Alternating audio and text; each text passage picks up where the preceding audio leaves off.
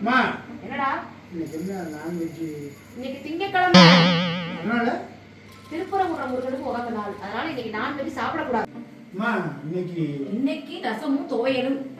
ஏன் இன்னைக்கு செவ்வாய்க்கிழமைடா, மாரியம்மனுக்கு உகந்த நாள். செவ்வாய்க்கிழமை நம்ம இது வெஜிடேரியன் மாரியம்மன். புதன்கிழமை பொண்ணு கிடைச்சாலும் கிடைக்காது, வெயில் வேற கொடுத்துது. அம்மா ஆ, இன்னைக்கு நான்வெஜ். இன்னைக்கு புதன்கிழமைடா, புதன்கிழமை என்னம்மா? சஷ்டி, முருகனுக்கு உகந்த நாள் இல்லையா? ஆம். சாய்பாபா சாய்நாதா. வியாழக்கிழமை.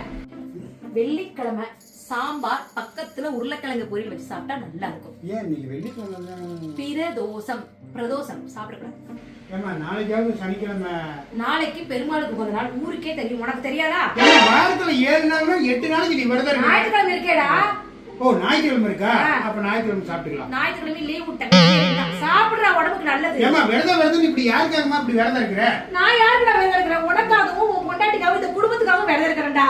நீங்க தான் நைட்ல மிட்நைட் பிரியாணி வாங்கி தின்னுங்க. குடும்பம் விளங்கிடுடா. போமா பொண்டாட்டி கட்டலாம் வாங்கி தின்னுங்க. நான் அப்படி கலகத்தை ஏற்படுத்தி உண்டால்